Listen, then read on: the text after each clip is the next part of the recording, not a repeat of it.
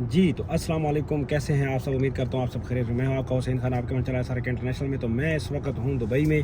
तो आज की जो वीडियो का टॉपिक है वो है विजिट वीज़े के ऊपर। पिछली जो मैंने वीडियो बनाई थी वो वर्क परमिट के ऊपर थी, दुबई में जो पाकिस्तान का वर्क परमिट था उसके बारे में बनाई थी। ये जो वीडियो मैं बना रहा हूँ ये है विजिट वीज़े के बारे में। तो दुबई के जो विजिट वीज़े हैं ये आप जान लें कि ये पाकिस्तानियों के लिए बैन नहीं है, ठीक है। दुबई के विजिट वीज़े के क्राइटेरिया है, ठीक है। उस क्राइटेरिया के मुताबिक इन्होंने अपने एआई सिस्टम में डाल रखा है। उसके मुताबिक जितने भी लोगों के वीज़े होते हैं एक्सेप्ट भी हो रहे हैं और रिजेक्ट भी होते हैं। जो रिजेक्ट होते हैं उनका क्या सीन है? दुबई का वीज़ा आज से कुछ अरसा, बल्कि काफ़ी अरसा हो गया, दुबई का वीज़ा किसी ने अप्लाई भी नहीं किया, ठीक है। जो विजिट वीज़े की मैं बात कर रहा हूँ, विजिट वीज़ा दुबई का किसी ने अप्लाई नहीं किया। आप लोगों के जितने भी वीज़े होते हैं मैक्सिमम ये शारजा से होते हैं या किसी और स्टेट से होते हैं। जो शारजा की वीज़े हैं वो लग जाते हैं।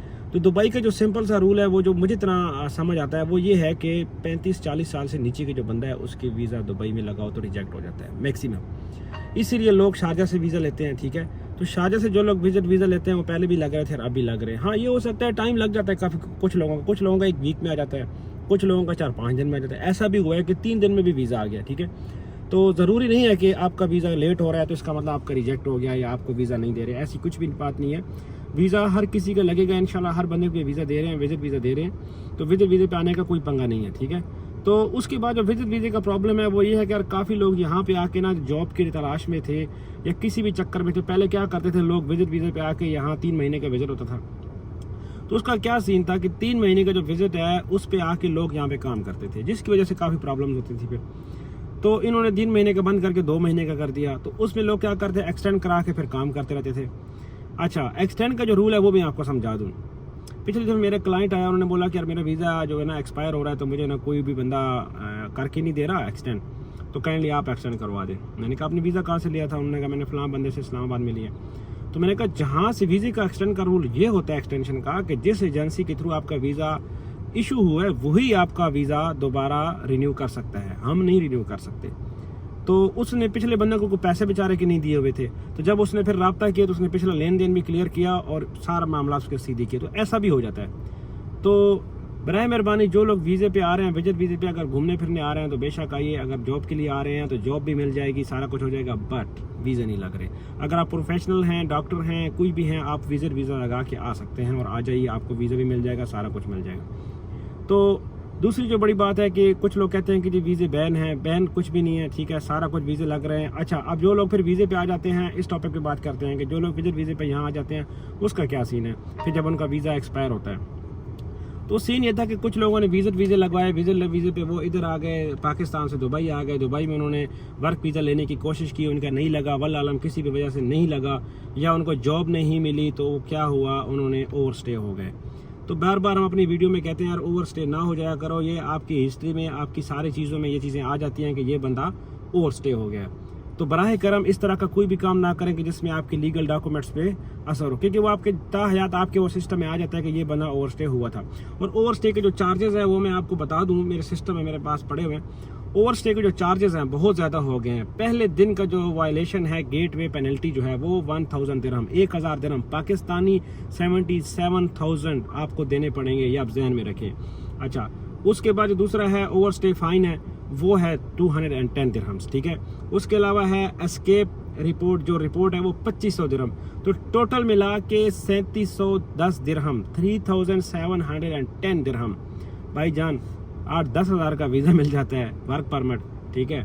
और आपका सिर्फ जो है ना एब्सटेंडिंग की वजह से 3700 यानी 4000 दिरहम आपका लग गया। 8 चौक 32, ऑलमोस्ट अगर 80 रुपये का दिरहम लगाएं तो 8 चौक 32 यानी कि 3 लाख रुपया, 3 लाख की फक्की आपको पड़ेगी। विजिट वीज़े के अलग से पैसे दिए और आपका जो यानी कि आप ओवर स्टे हो गए उसके अलग पैसे हो गए। तो बराह मेहरबानी जो लोग विजिट वीज़े पे आ रहे हैं अपने टाइम पे आइए और अपने टाइम पे जाइए। यहाँ से एक्सटेंशन करानी है तो पहले से ही अप्लाई करें, एंड टाइम पे ना बैठे रहें कि यार अब जब टाइम आएगा तो अप्लाई करेंगे। एक्सटेंशन लेनी है तो पहले अप्लाई करें। एक्सटेंशन अप्रूव हो रही है, ऐसा नहीं है कि अप्रूव नहीं होती, लेकिन वो अप्रूव पहले कराएं। 15 दिन पहले रिपोर्ट दें कि भाई मेरा एक्सटेंशन का इरादा है, मुझे मज़ा आ रहा है यहाँ पे, मैं कोई और रहना चाहता हूँ। उनको आप ये तो नहीं कह सकते ना कि भाई मैं जो है ना यहाँ पे काम कर रहा हूँ, ठीक है। और बहुत से लोग करते भी हैं जो कि इलीगल और नहीं करना चाहिए, पकड़े गए तो 50,000 दिरहम का फ़ाइन है।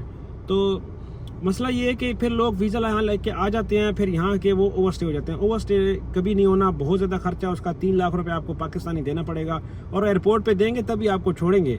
ठीक है, ऐसा नहीं है। या तो ये होगा आपको बाहर से पकड़ें तो डिपोर्ट करके पाकिस्तान भेज देंगे, फिर आपको कभी बैन नहीं हो जाएंगे, फिर कभी आप गल्फ में भी नहीं आ सकेंगे। ठीक है, तो 2 तरह के बैन करते हैं। एक बैन ये होता है कि सिर्फ आपको यूएई में बैन कर दें, फिर अगर उन्होंने फुल बैन कर दिया ना, तो अगर आपको 5 साल का बैन लगा दिया, 10 साल का बैन लगा दिया या ताहयात बैन लगा दिया, तो उसमें ये होगा कि भाई आप उम्रा पे भी कभी नहीं जा सकते यार। तो ऐसी गलती कभी ना करें। ठीक है, जब वीज़ा लें, अपना विजिट वीज़ा लें, यहाँ जिस काम के लिए आ रहे हैं। हाँ, अगर आप जॉब सीकिंग वीज़ा चाहते हैं तो जॉब सीकिंग विजिट वीज़ा भी होता है, तो आप उस पर आ जाएं, अपनी जॉब तलाश करते रहें, सीवी बना के रहें। ठीक है, जो भी आपका काम है वहाँ से ऑनलाइन अप्लाई करें। बहुत से लोग हैं। अच्छा, मज़े की बात एक और है कि जो बड़ी कंपनीज हैं, आपके पास बड़ी डिग्री है कोई, तो आपको यहाँ आने की भी ज़रूरत नहीं है। टू बी वेरी ऑनेस्ट, आप पाकिस्तान बैठ के वेबसाइट पे अप्लाई करके उनको इंटरव्यू दे सकते हैं, सारा कुछ हो सकता है। बट आप पाकिस्तान बैठ के, बट उसके लिए ज़रूरी है कि आपकी क्वालिफिकेशन एक्स्ट्रा ऑर्डिनरी हो। जैसे आपने एक मास्टर्स किया हो, आपने एमएस किया हो, किसी भी चीज़ में आप बहुत ज़्यादा प्रोफेशनल हैं, या आपने इंजीनियरिंग किया है, इसके बाद आपने एमएस किया हुआ है, मतलब इस तरह की आपके पास डिग्री है, तो उस पर आप अप्लाई करें। कोई भी जॉब अप्लाई कर सकते हैं, तो वो आपको ऑनलाइन आपका इंटरव्यू भी कर सकते हैं। डिपेंड करता है कंपनीज पे, डिपेंड करता है उनके रूल्स पे, डिपेंड करता है कि कौन सी कंपनी में किस तरह की जॉब आप चाह रहे हैं, और डिपेंड करता है कि उनकी ज़रूरत पे। अगर उनको अर्जेंट बंदा चाहिए तो मे भी हो सकता है कि आपने जो एप्लीकेशन भेजी उनके क्राइटेरिया के मुताबिक आप पूरा उतर रहे हैं, तो वो आपको हर किस्म का फैसिलिटेट करेंगे। ये भी हो सकता है, ऐसे लोग भी मुझे मिले हैं जिनको इन्होंने वीज़े भी दिए हैं और इनको टिकटें भी दी हैं, जहाँ कि पाकिस्तान से आप आए, हम आपको टिकट भेजते हैं। तो वो डिपेंड करता है कि वो बंदे का प्रोफेशनलिज्म के हिसाब से डिपेंड करता है, किस हिसाब से वो प्रोफेशनल है, क्या है। तो ये चीज़ है। तो अगर आप विजिट वीज़ा पे आ रहे हैं तो बराए मेहरबानी विजिट वीज़ा दुबई की लग रहे हैं। ठीक है, आज भी अप्लाई करें तो विजिट वीज़ा दुबई की भी लग रहे हैं, शारजा की भी लग रहे हैं। ठीक है, और विजिट वीज़ा जो है ना, उसकी मुख्तलिफ फीसेज है। 1 महीने का भी है, 3 महीने के भी है, 2 महीने का भी है, सॉरी। और जो बड़ी आजकल जो एक और नया ट्रेंड चल रहा है, ये जितने भी ट्रैवल एजेंट्स हैं, इन्होंने क्या किया हुआ है, इन्होंने बनाए हुए हैं एक पैकेज बनाया हुआ है। एक ट्रैवल एजेंट था, मैं पाकिस्तान गया पिछले दिनों में, तो मैंने उनका वो पम्फलेट पढ़ा, मैंने इसको देखा, मैंने कहा तो 3 दिन का उसने स्टे रखा हुआ। तो क्या मामला होता है, अगर आप एमिरेट्स पे, फ्लाई दुबई पे, या एमिरेट्स पे खासकर, अगर आपने एमिरेट्स एयरलाइन की टिकट खरीदी है, ठीक है, दुबई के आने के लिए, तो आप उनको अपनी तस्वीर, अपना पासपोर्ट, ठीक है, और डॉक्यूमेंट्स ये उनको दें। ठीक है, आपको इशू हो जाएगा 1 ही घंटे में ट्रांजिट वीज़ा दुबई का।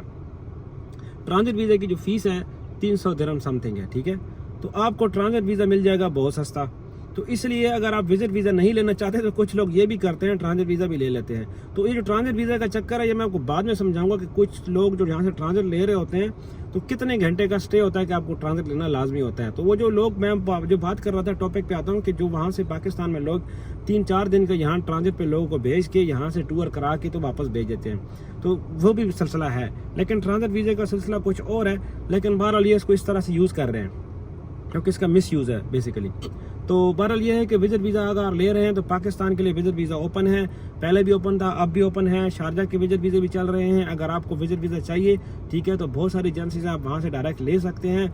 हमने भी विजिट वीज़ा का काम करते हैं, but to be very honest, हम उन लोगों को वीज़ा देते हैं जिनको हम पर्सनली जानते हैं, या अगर हम वीज़ा देते हैं तो हम उनसे पहले पेनल्टी की रकम अपने पास हम एज अ सेफ्टी रखते हैं। ठीक है, हम उनको डिपॉजिट रखेंगे, जब वो बंदा वापस आ जाएगा या वीज़ा एक्सचेंज करेगा, हमें अपना स्टेटस भेजेगा, हम वो अमाउंट उनकी रिलीज़ कर देंगे। उनका फैमिली का जो भी बंदा बताएंगे, या जो भी एक पर्सन हमें जो गारंटर वो देंगे, उस गारंटर के मुताबिक हम उनको वो पेमेंट वापस कर देते हैं। तो आज की वीडियो में इतना ही। उम्मीद है कि आप समझ गए होंगे विजिट वीज़ा के बारे में।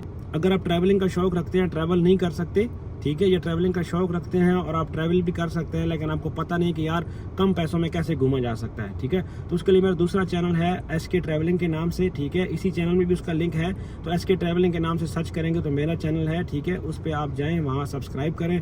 इंशाल्लाह आपको बहुत अच्छी अच्छी टिप्स मिलेंगी वीज़ाज़ के बारे में, एयरलाइंस के बारे में, फ़्लाइट्स के बारे में और सस्ती एयरलाइंस के बारे में।